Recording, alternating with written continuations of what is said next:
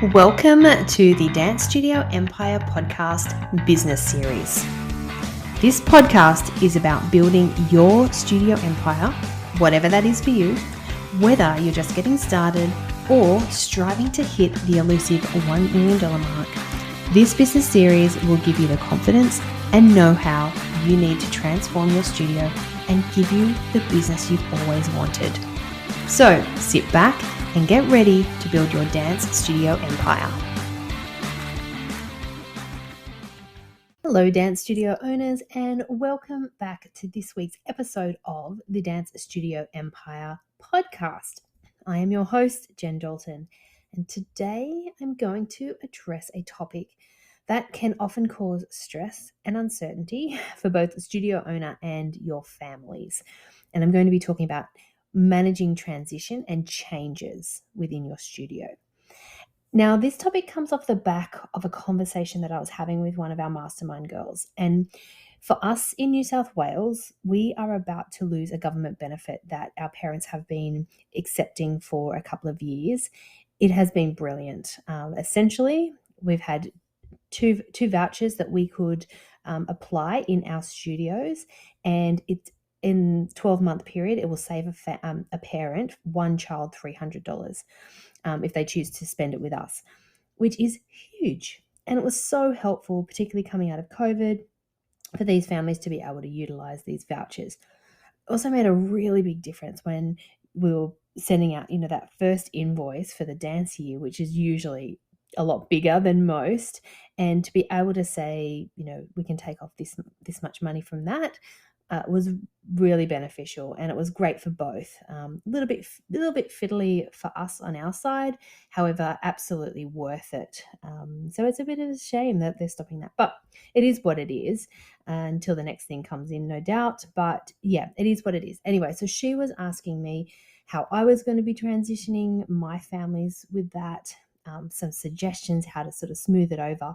And so that's essentially where this idea came from, because I also then had another conversation with another studio owner asking my advice on how to handle a change that she was having in her studio. So I figure this must be a bit of a topic at the moment, so let's dive into it. The idea of changes within your studio can be stressful.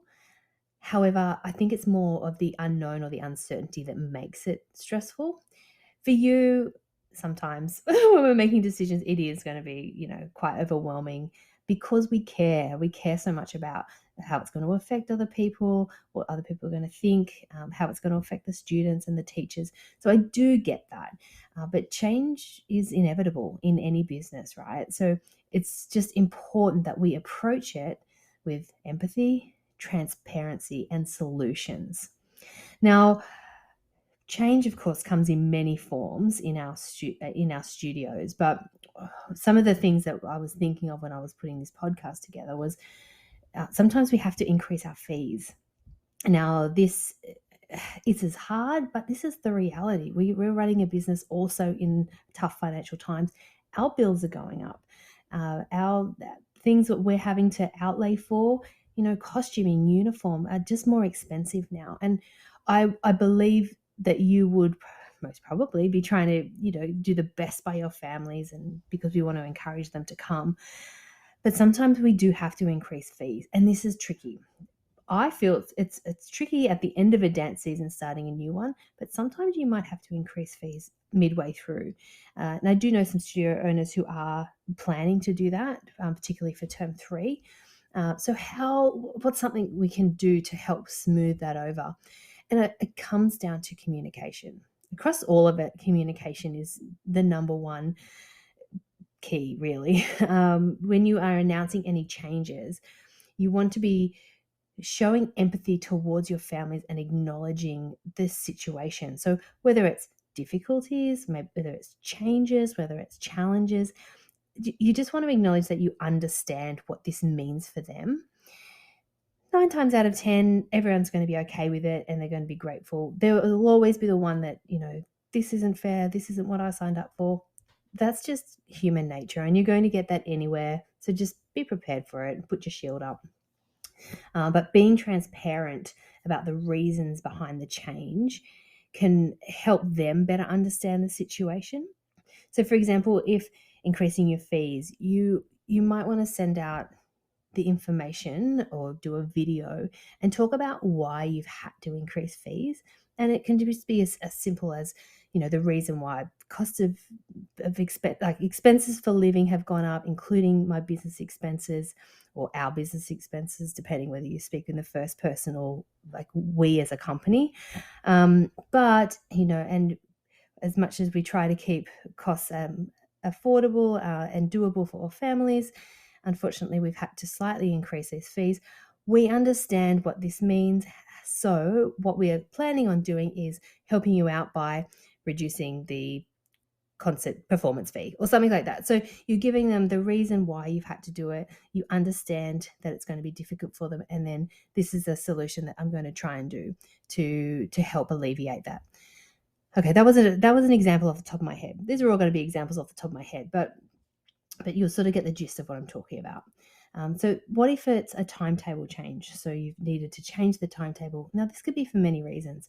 It could be maybe there's not enough numbers in one class, so you might be smarter to combine classes. It may be that a teacher has left or a class can't be covered anymore.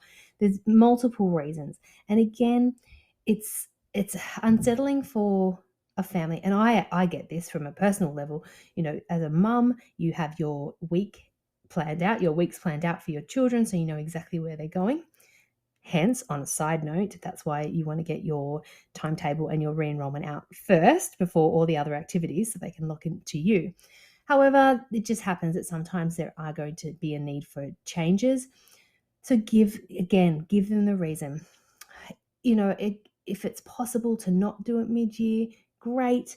But if the need arises, the need arises. So give them the reason why. Tell them that class numbers, it's going to be more beneficial, put it in a positive spin. If say that numbers aren't there, it's going to be more beneficial to combine the two classes so they get to experience the environment of dance together. We hope you understand this is necessary, but we know that the kids are going to thrive from this change, something like that. So again, you've told them why, you told them that you understand, and then the benefits of how it's going to work for them. You also might, need to put lines in these caveats, just sort of saying, I appreciate this might not work for everyone. However, please reach out and we can chat through if we need to. So you sort of open up the lines for communication as well. And again, 9 times out of 10, people are going to be okay and understanding, or they simply can't do it. And if they simply can't do it, then that's okay. There's nothing more you can do apart from just continually reassuring them why they should make it their priority. That's how we feel for sure. But yeah, staffing is another one. So maybe you are losing a staff member, maybe you need to fire a staff member, or maybe you are getting a new staff member you want to introduce. So again, it comes back to the communication. Say it's someone who has left unexpectedly, and this did happen to me. This happened with my studio manager who was with us for over 5 years. She was really very heavily involved in the studio. She teaching majority of the classes. She was the phone person, the voice on the end of the phone call. She was the typer on the end of the emails. She was the one who a lot of our families dealt with face to face. So they knew her. They knew her very well, more than me, really, in some instances. And she had to suddenly leave, and it was a shock for all of us, myself included. But yeah, and I knew having to make this announcement was going to rock the world of my my studio. And this is also in between COVID, so we'd had our first unsteady year, and then it was sort of that break where we were just back, and then she's had to leave the state. She's had to move to another state with her husband, so it was fine that she had to go, but I knew my families were going to they would freak out. I can just anticipate it. So I had to make some really strategic decisions of how we were going to let our studio know. And thankfully she was respectful enough to work with me with that. I wanted to have a replacement first before we said she was leaving. So hopefully that was going to happen. Side note, it did, and she's awesome.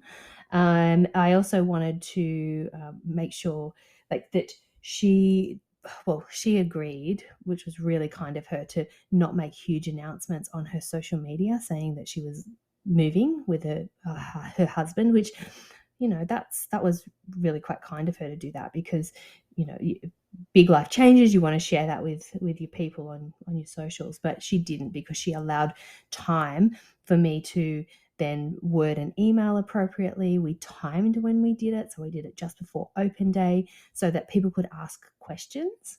And so we were ready to go. And then the other thing we did, and I think it was actually her idea, she asked if she could actually write an email to everyone just saying, she's really sorry that she had to leave so fast. She's going to miss everyone and that sort of thing. So those three things worked really well. And there were some very shocked people, just as shocked as I was when I found out as well. However, we had the solutions in place and we had the answers in place when they asked me. And I had, this is what we're going to do moving forward. And so that just really smoothed over what could have been a really messy situation.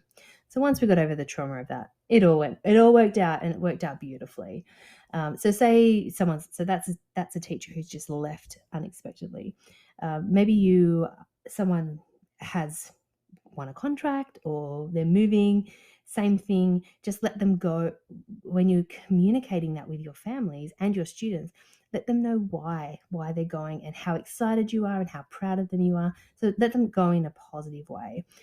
If you've had to fire someone or let someone go, again, I would be really wording your emails in a way that it's, you are constantly making the best decisions for your families and the students. And this was just one of those tough decisions that we had to make. And so is now moving on.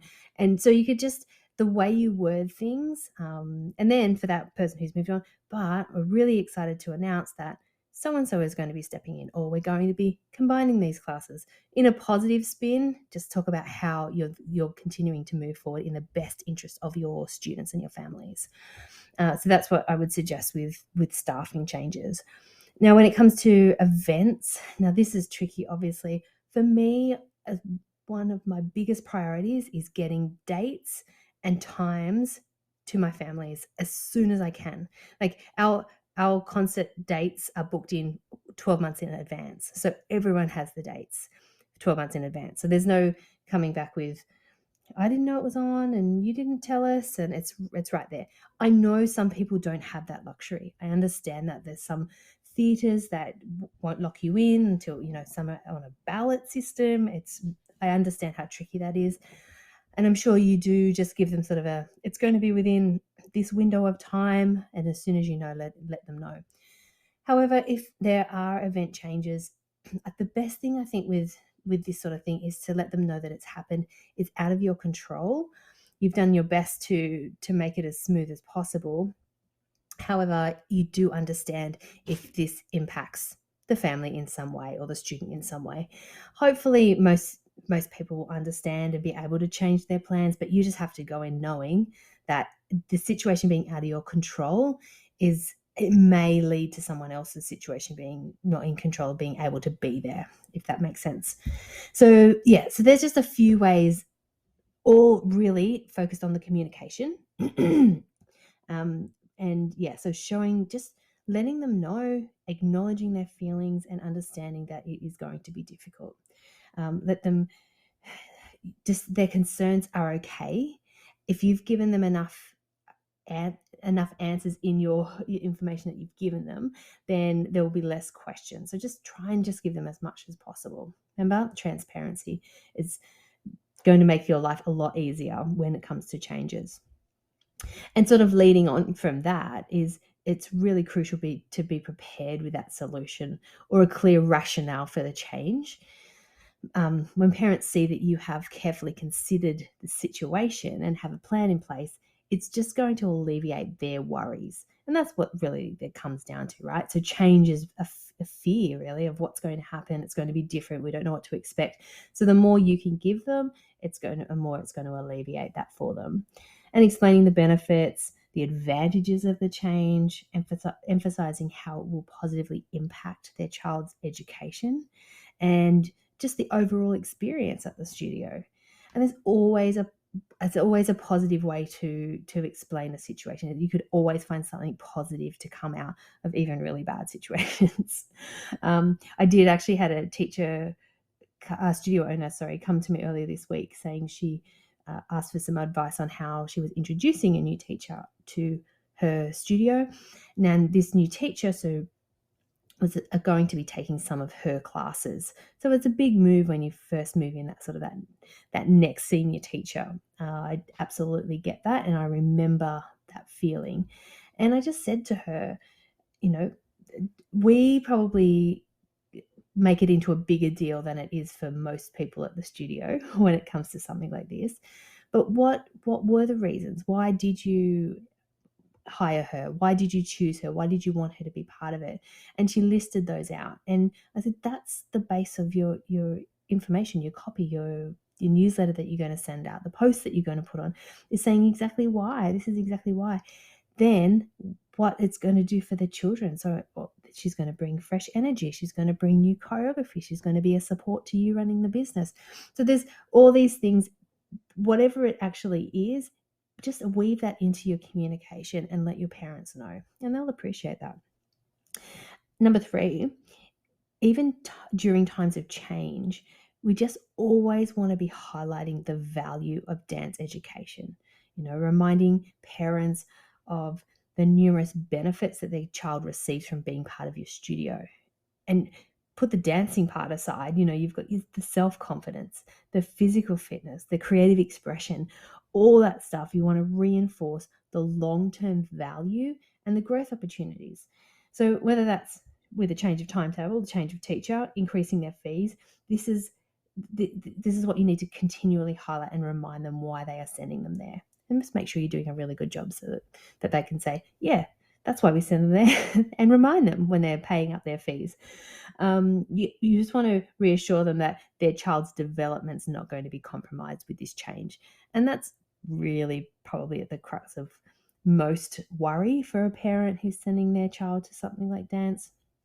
So just remind them that they are all good and safe.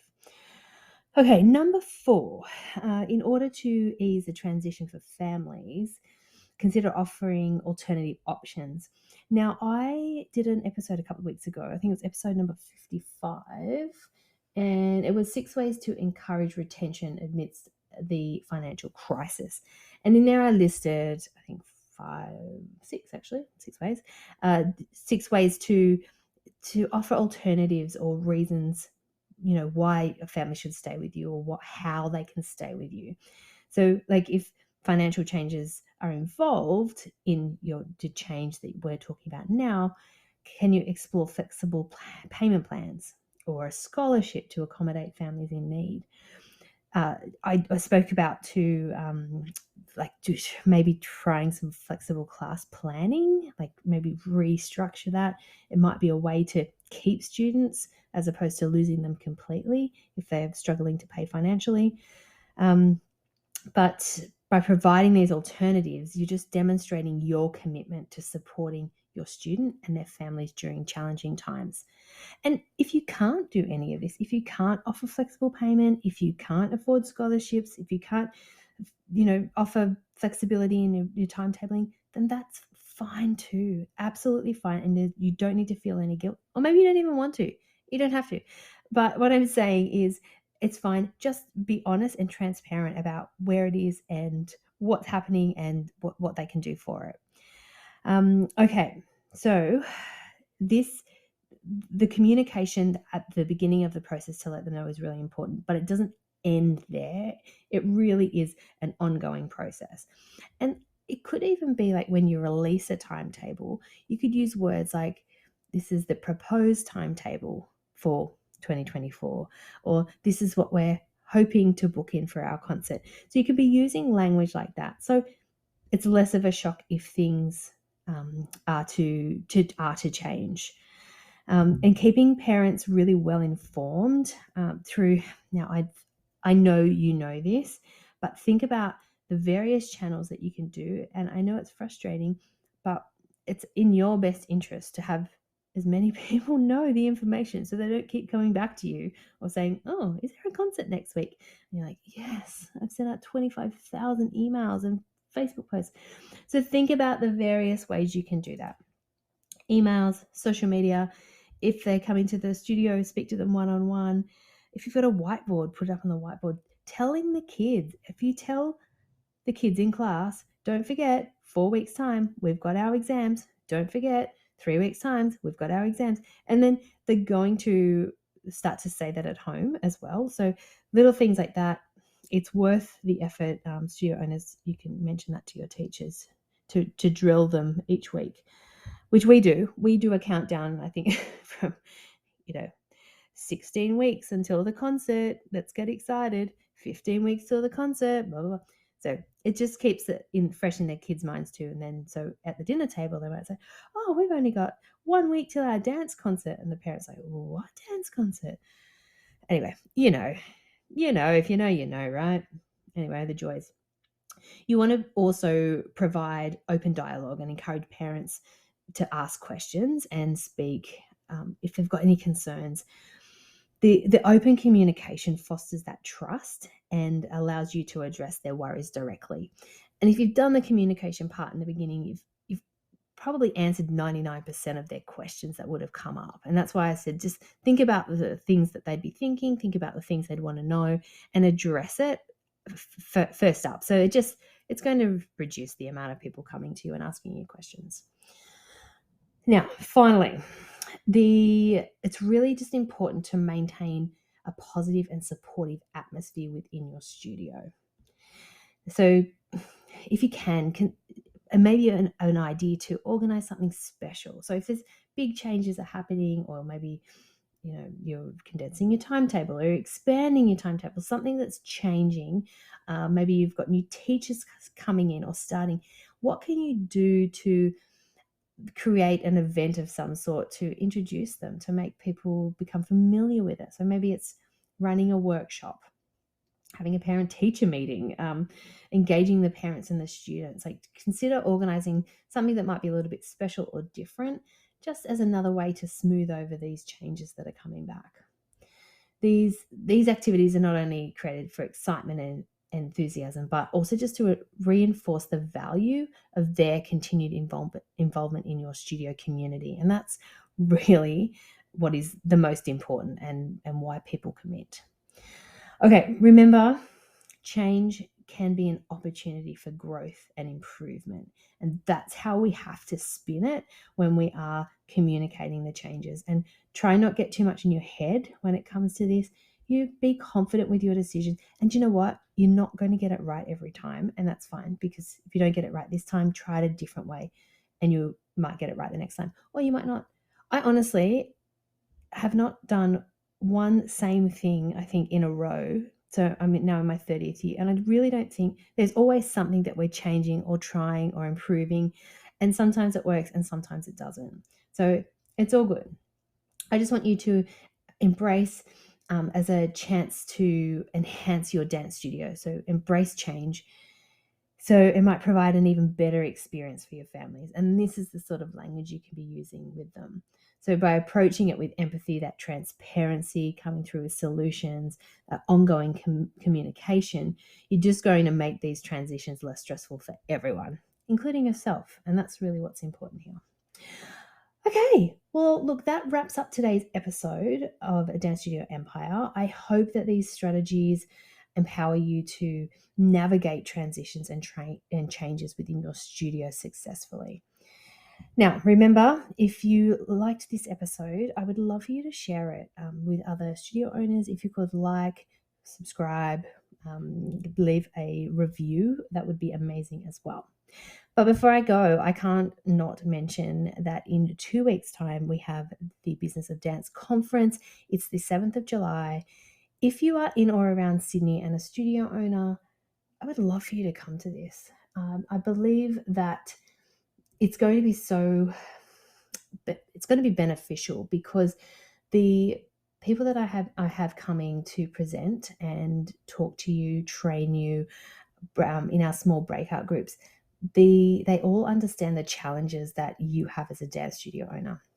And so I'm talking, and I've got really specific with these people coming to present. So I've got one who's coming and talking about cash flow, because cash flow is a big thing for a lot of studio owners. So she's coming in and she's going to speak specifically into that for dance studio owners. So if that's something that is a struggle for you, or something that you're even looking to rejig in your business, she's going to be great. Her name's Amy.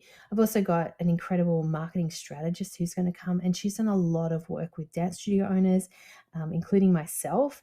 And so her tips and her strategies are directly targeted for dance studio owners. So it's going to be really specific. So maybe you struggle with what to post. Maybe you struggle with what words to use, how to get your message across.